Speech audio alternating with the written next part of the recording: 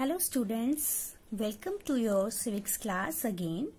So students, our today's topic is Civil Rights Act of 1964, जो कि आपके first chapter का ही ऑन इक्वालिटी जो हम पढ़ रहे हैं उसी का नेक्स्ट पार्ट है.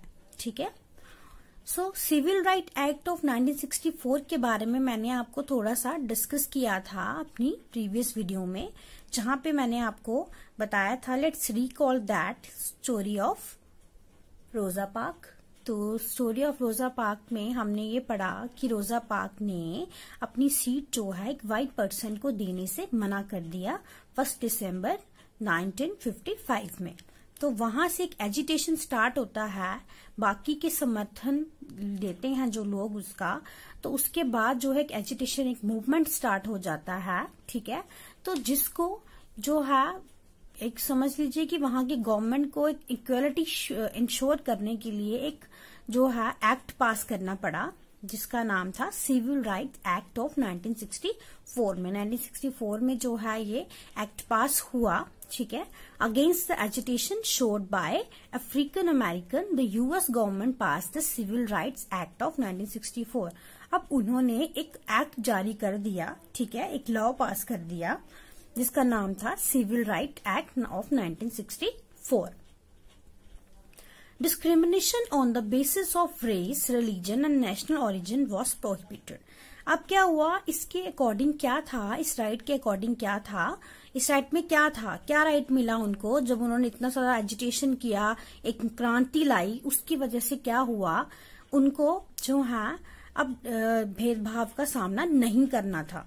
उसमें उस एक्ट में ये लिखा था. ठीक है. उस एक्ट में ये पास हुआ कि discrimination on the basis of race, किसी की नस्ल पे डिस्क्रिमिनेट करना. नस्ल क्या हुई, नस्ल मीन्स जैसे देखिए जैसे चाइना में लोग हैं. ठीक है. वो अलग तरह से दिखते हैं. ठीक है. वो हम इंडियंस की तरह नहीं दिखते हैं. उनकी जो है वो शॉर्ट हाइटेड होते हैं, उनकी आंखें जो है छोटी छोटी सी होती हैं. ठीक है.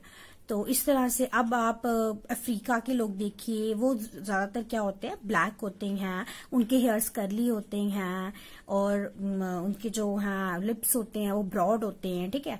तो अलग अलग नस्ल के अलग अलग जो है इंडिविजुअल्स होते हैं. ठीक है. तो वैसे ही जो है ये आ गई रेस. फिर रिलीजन आपको पता है, धर्म. और नेशनल ओरिजिन जैसे कि आपको स्टार्टिंग में ही पढ़ा दिया रोजा पार्क की स्टोरी से कि नेशनल ओरिजिन पे भी जो है डिस्क्रिमिनेशन होता था, जो वो भी बंद हो गया, वो प्रोहिबिट किया गया, मतलब उस पर रोक लगा दी गई.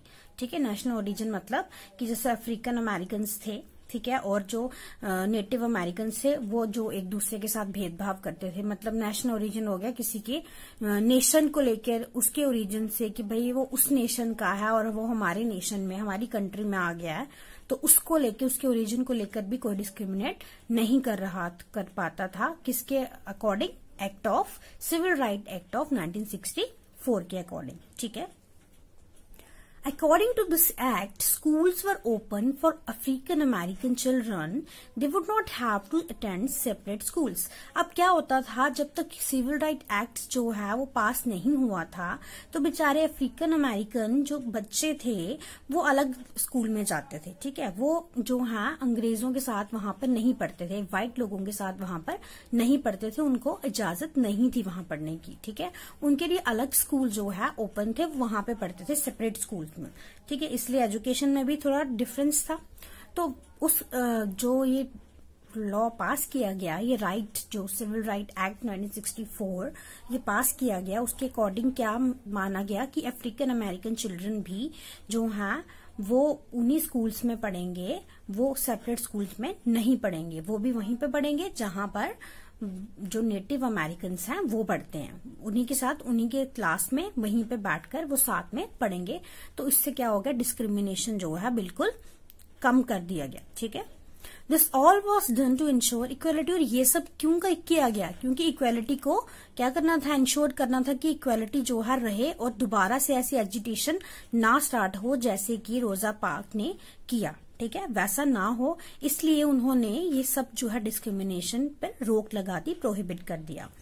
Despite this inequality exist in America. अब जैसे कि मान लो मैंने आपको पहले भी बताया कि हमारे इंडिया की बात करें अगर, तो इंडिया में भी गवर्नमेंट ने बहुत सारी स्कीम्स, बहुत सारे लॉज बनाए हैं जिसकी वजह से डिस्क्रिमिनेशन को प्रोहिबिट किया गया है। कोई भी किसी भी तरीके की डिस्क्रिमिनेटेड नहीं कर सकता, लेकिन फिर भी इनइक्वालिटी एग्जिस्ट करती है। हर एक डेमोक्रेटिक कंट्री में इनइक्वालिटी एग्जिस्ट करती है। वो किसकी वजह से करती है? लोगों की वजह से करती है, ठीक है।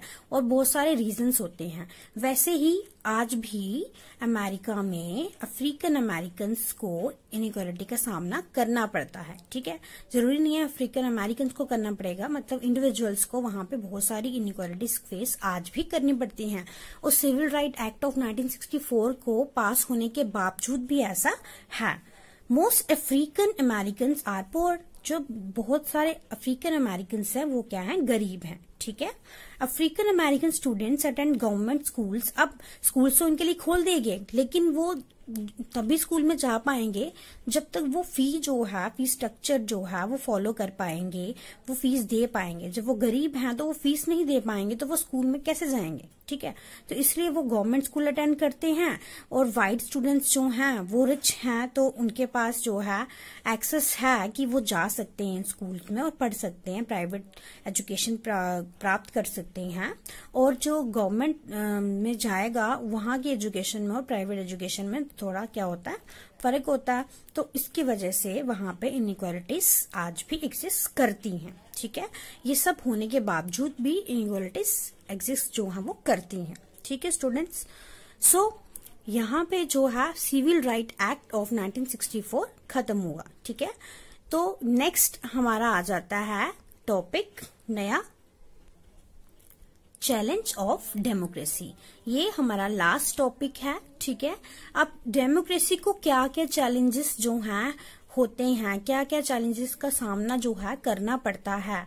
तो जैसे कि मैंने आपको बताया कि एक डेमोक्रेटिक कंट्री जो है वो कंट्री होती है जहां पर लोगों को हक है अपने बराबरी करने का, हर एक के साथ अपनी इक्वालिटी इंश्योर करवाने का हक है, हर चीज का जो है उन्हें मांगने का हक है। क्योंकि भाई डेमोक्रेसी में रहते हैं, वो डेमोक्रेटिक कंट्री में रहते हैं, तो उनको जो है हर राइट को फुलफिल करने का एक हक है, ठीक है, एक राइट है। तो लेकिन फिर भी डेमोक्रेटिक कंट्री में कितने सारे चैलेंजेस होते हैं। क्यों? क्योंकि डेमोक्रेसी जो है, कोई भी कंट्री ऐसी नहीं है, no country can be described as being completely democratic. कोई भी कंट्री कम्प्लीटली ऐसा नहीं है कि एक बार डेमोक्रेसी मिल गई तो जो है उसको कम्प्लीटली डेमोक्रेटिक बोल दिया गया कि ये डेमोक्रेटिक है, अब यहाँ पर किसी भी डेवलपमेंट की जरूरत नहीं है, इक्वालिटी को इंश्योर कर दिया गया है, अब दोबारा ऐसा कुछ होगा ही नहीं, ठीक है। ऐसा नहीं होता है, ठीक है। कोई भी कंट्री को हम कम्प्लीटली डेमोक्रेटिक कंट्री नहीं कह सकते। इसका मतलब ये है कि डेमोक्रेसी को बहुत सारे चैलेंजेस हैं, वो दिन ब दिन क्या होती है, ग्रो करती है, ठीक है। डेमोक्रेसी क्या करती है, दिन ब दिन ग्रो करती है, दिन ब दिन न्यू चैलेंजेस को फेस करती है। बहुत सारे इंडिविजुअल्स हैं जो नए नए आइडियाज लेकर आते हैं, पुराने आइडियाज को चेंज करते हैं, ठीक है। जैसे कि हमारे लीडर्स हैं, बहुत सारी जो हैं क्या करते हैं, वो पर्सन सेंट्रिक बात करते हैं। मतलब पर्सन सेंट्रिक बात मतलब कि एक इंडिविजुअल को कितनी ज्यादा जो है हेल्प चाहिए, कितना ज्यादा डेमोक्रेसी चाहिए, कितनी ज्यादा इक्वालिटी चाहिए, ठीक है। तो ये सब जो है वो दिन ब दिन क्या हो रही है, वो चेंज होती जा रही है, डेवलप होती जा रही है। तो डेमोक्रेटिक कंट्री हम उसको ऐसा नहीं बोलेंगे वो कम्प्लीटली डेमोक्रेटिक है, वो जो है वो चेंज होती रहती है, ठीक है। ऐसे जैसे कि मैंने डेमोक्रेसी से अलग सी एग्जांपल देती हूँ मैं आपको कि क्या होता है जब आप छोटे हो, ठीक है, तो आप साइकिल चलाते हो, ठीक है।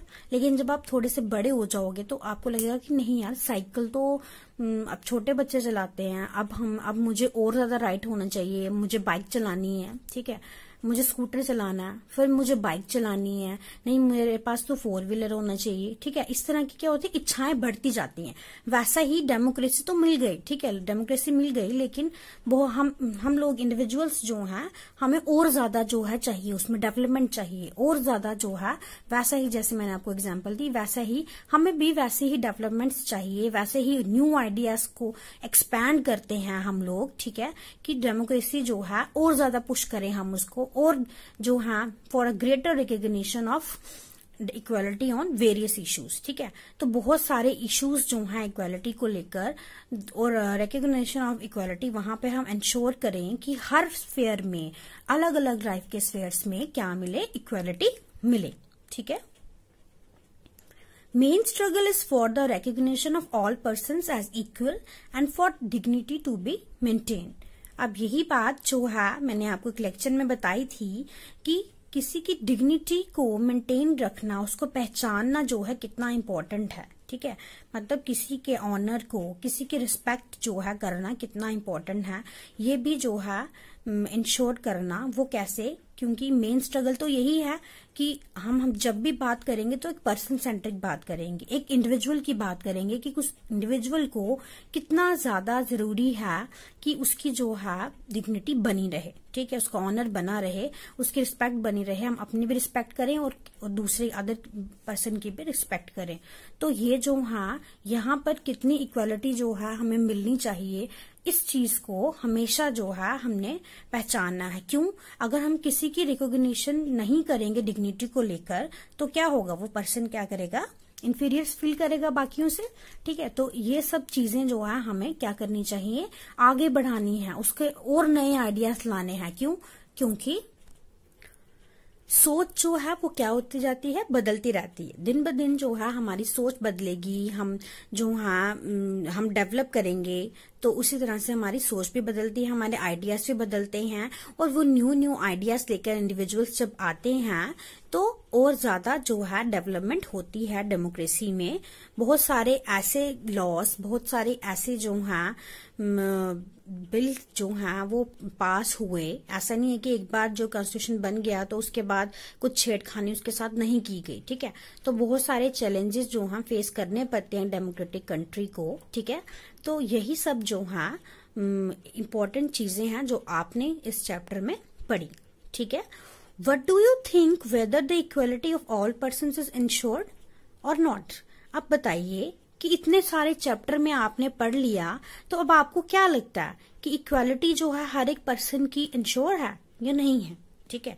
अब ऐसा तो नहीं, जैसे मैंने आपको बताया कि इक्वालिटी जो है वो इंश्योर नहीं है, ठीक है। ऐसा नहीं है कि अगर लॉज बना दिए गए तो इक्वालिटी सबको मिल गई, ऐसा नहीं है। आज भी जो है भेदभाव जो है देखने को मिलते हैं। Are we able to maintain the dignity of all individuals or not? यही कि हम जो है आज सक्षम हैं इस चीज के लिए कि हम जो है डिग्निटी को जो है रिकॉग्नाइज करें, मेंटेन रख सकें। ऐसा है, ऐसा नहीं है, ठीक है। तो ये सवाल जो है हर एक इंसान जो है पूरी लाइफ सोचता है। अब जब ये सोचता है तो नए नए आइडियाज लाता है कि इस सब को फुलफिल कैसे किया जाए कि जब हर एक जो है इक्वालिटी हर पर्सन को मिले, हर पर्सन की डिग्निटी मेंटेन रहे, इन सबको जो है इंश्योर किया जाए। ये सब इंश्योर करने के लिए हम क्या कर सकते हैं, क्या न्यू आइडियाज ला सकते हैं, ठीक है। तो क्या गवर्नमेंट को करना चाहिए, तो ये सब जो है नए नए जो है तरीके, नए नए आइडियाज लेते जाते हैं हम और जो है गवर्नमेंट को बताते जाते हैं, जिसकी वजह से क्या होता है, डेमोक्रेसी डेवलप कर रही है और करती रहेगी। ऐसा नहीं वो स्टिल रहेगी, ठीक है। उसको डेवलपमेंट की जरूरत है, हमेशा रहेगी। और हम जो हैं, हम ही लोग हैं, हम ही नागरिक जो हैं, ये न्यू आइडियाज लाएंगे और जो है तरक्की जो है हमारे कंट्री की होगी, ठीक है। तो यही जो है इस पूरे चैप्टर में आपने पढ़ा, इक्वालिटी को लेकर सारा आपने पढ़ा, आइडियाज पढ़े, आपकी जो है इनइक्वालिटीज बेस्ड जो सिस्टम्स हैं वो भी पढ़े, आपने मिड डे मील के बारे में पढ़ा, आपने रोजा पार्क की स्टोरीज के बारे में पढ़ा जो कि आपकी इंडिया से भी बाहर की थी, यूएस से, गवर्नमेंट के बारे में पढ़ा, सिविल राइट एक्ट ऑफ 1964 पढ़ा, ठीक है। यही सब आपने इस चैप्टर में पढ़ा। तो स्टूडेंट्स, ये आपका जो है लास्ट लेक्चर था इस चैप्टर का। So thank you students.